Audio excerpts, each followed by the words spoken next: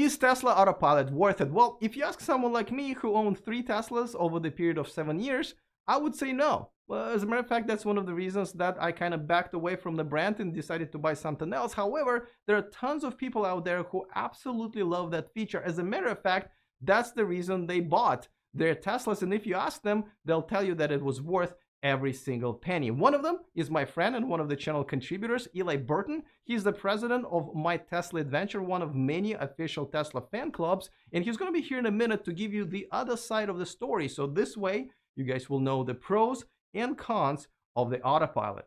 We are also going to talk about what the Autopilot is and what it isn't. As a matter of fact, there's a new level of the Autopilot now called full self-driving option that sits on top of the basic level of the Autopilot. We're going to talk about that, and we're going to talk about the previous versions of the Autopilot, including the software and the hardware, because there are some limitations that you should know about if you're shopping for a used Tesla. We're going to talk about it all right now.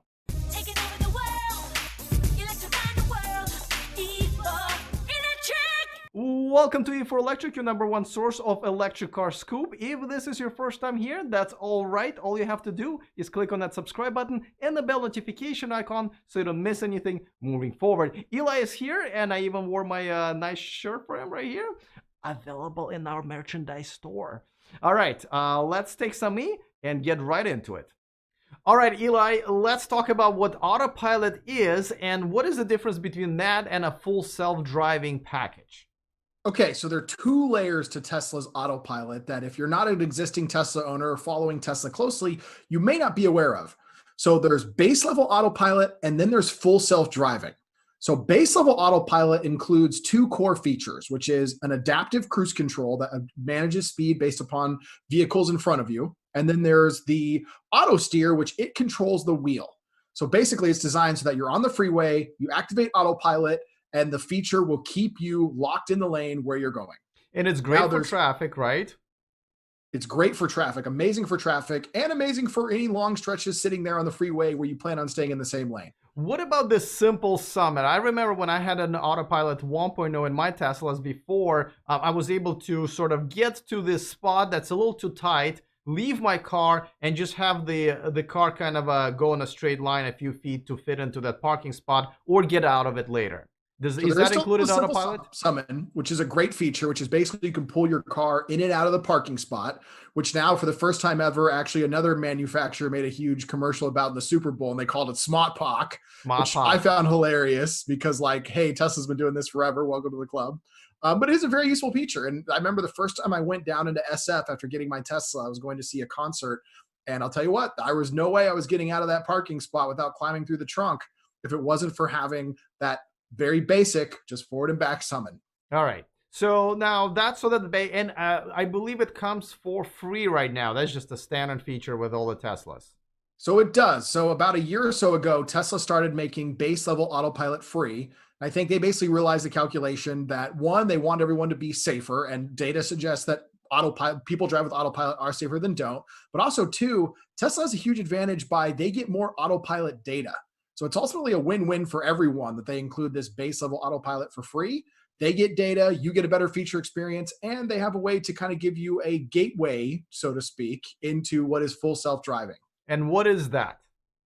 So full self-driving is a combination of features, some that are to come that I'll talk about next. But first, let's look at what the features that exist today. So today, what full self-driving really brings you is 2 things. One is enhanced summon.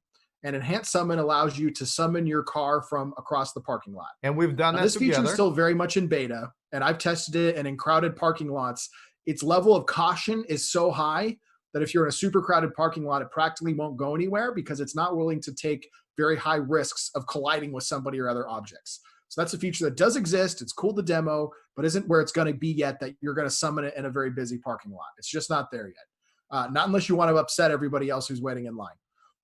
The feature that is really awesome is navigate on Autopilot. So this is one of my favorite. Autopilot's always been my favorite feature in the Tesla, but navigate on Autopilot for me was the moment where it was like, they really delivered on that money that I put in for this feature.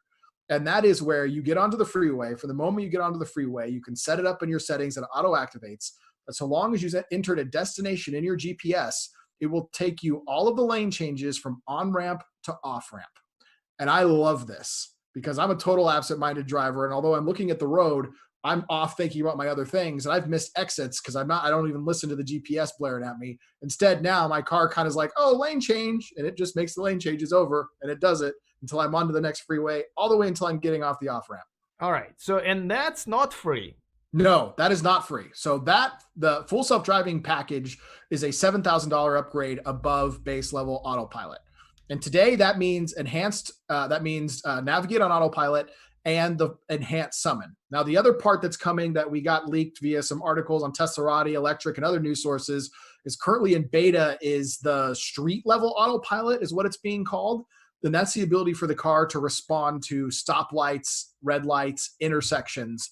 And that's going to be a feature set that once that gets deployed into full self-driving, it's going to make that feature just really, I think, ridiculously compelling. And I know Elon said that the price will go up as well, but probably about $1,000 if I had to guess. And that's what they did last year too. They raised the price by $1,000. All right, so now this is all good if you're buying a brand new Tesla or a Tesla that's maybe a year old or so. But Autopilot has evolved ever since, I believe, 2014, 2015.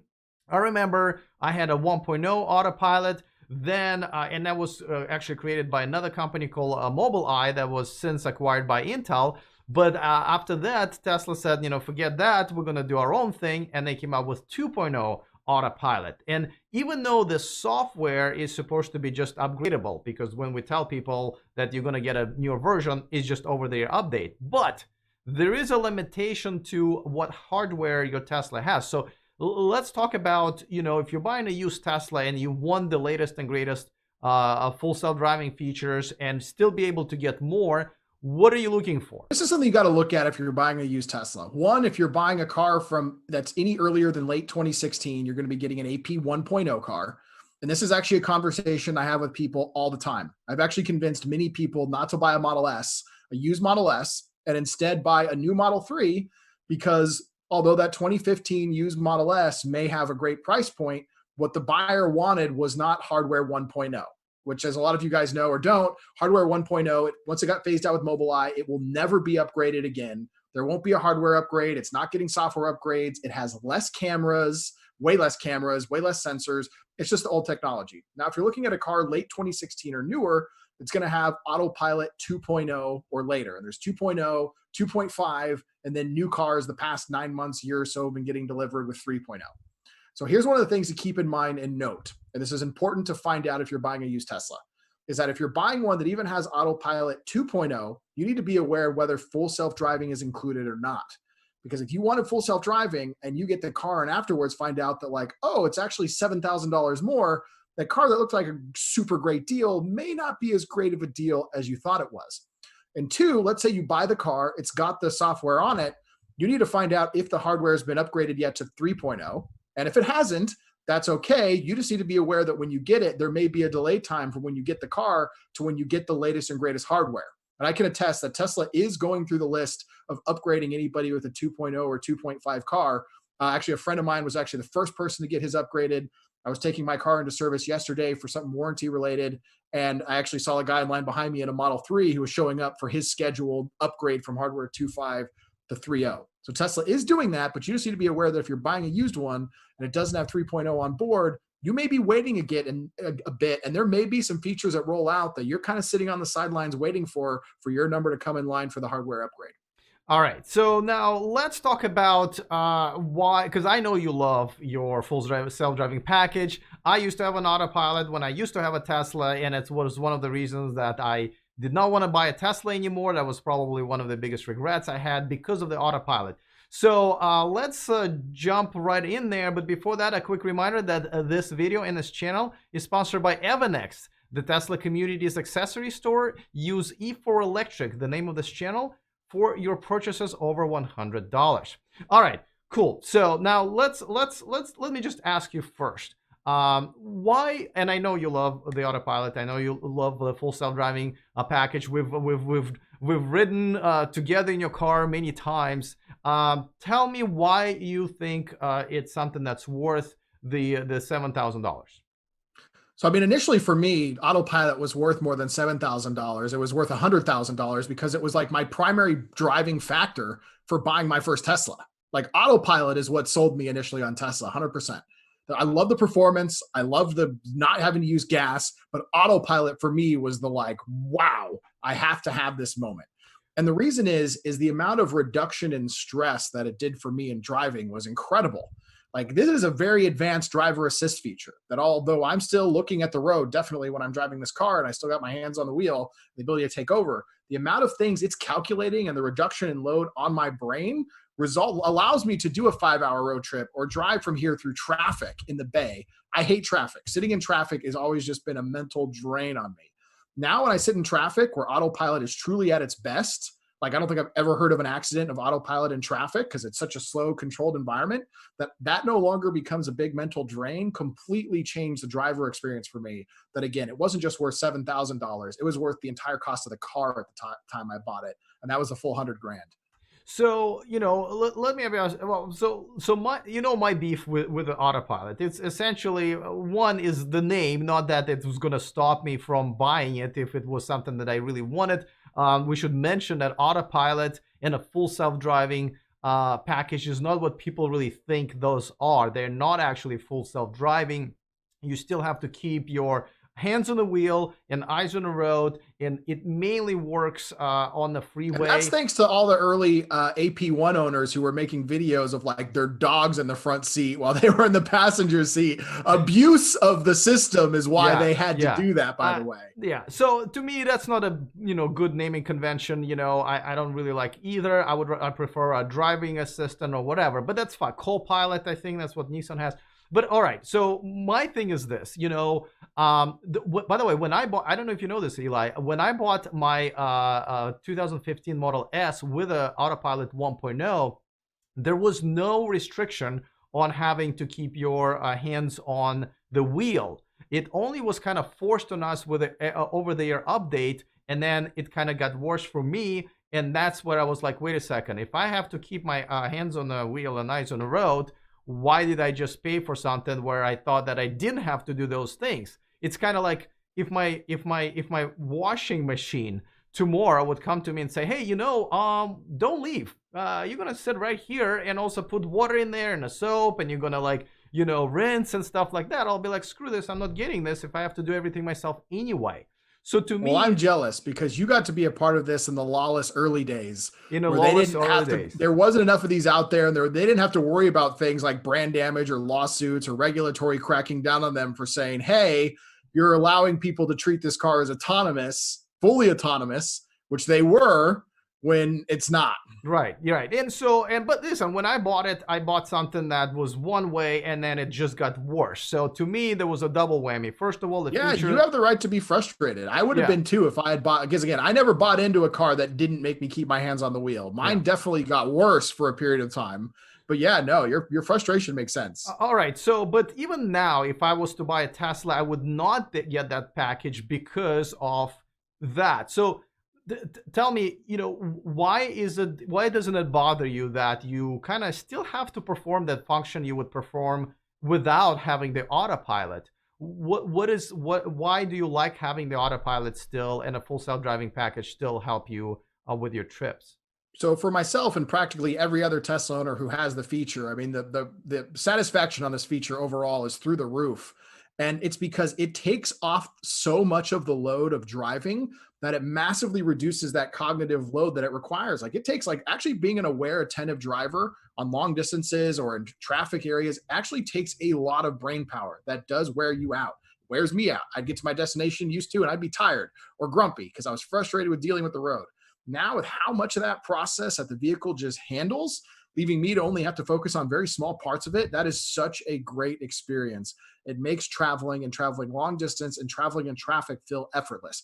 Also, too, unlike you and unlike most people, very few people ever had a Tesla in the time period in which you were allowed to not put your hands on the wheel at all. How many cars do they sell at that point? Like 10 or 20,000? Yeah. I mean, you're in a very small group, elite group of people who were very early adopters in that, who even had that experience. So for me, I watched it go through this arc of, at first it was pretty reasonable.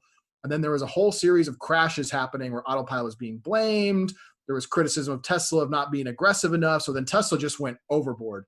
It was like every 15 seconds, it's going to ping you about touching the wheels. And it is a restriction. It is a restriction that Tesla kind of put on themselves. This was not a government regulation, correct? No, but they did it in response to a bunch of bad press over. I mean, it was also that period where like anything that happened with the Tesla was like the whole world was hearing about it, right? Like, yeah, there was a coffee cup. Some guy crashed with a Starbucks cup in the back seat, and they blamed Tesla.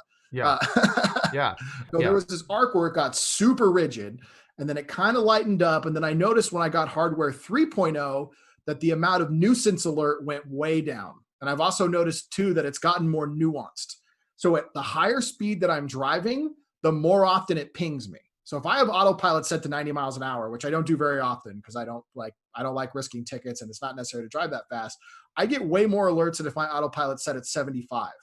Or if I'm going 45 or 35 in a residential area with autopilot, it almost never yells at me at all. So there's very clearly a consideration being made for the computer of the speed versus risk calculation of how often it needs to make sure you're in attention and in control.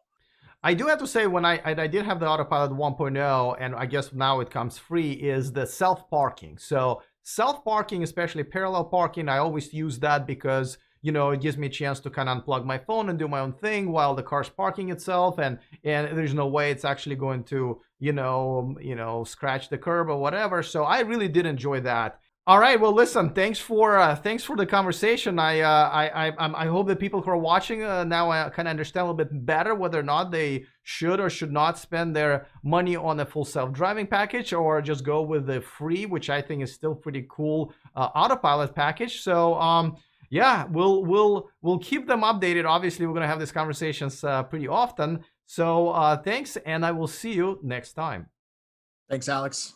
All right, I hope you now know everything you need to know to make the decision on whether or not you want to get the Autopilot. But remember, you can get the car without the Autopilot, especially if you buy the new one, and then pay for it later. It will be more expensive, but it is an option. If you have more questions, put it in the comment section, or either me or Eli will try to answer them. And I also want to give a quick shout out to all of my Patreons.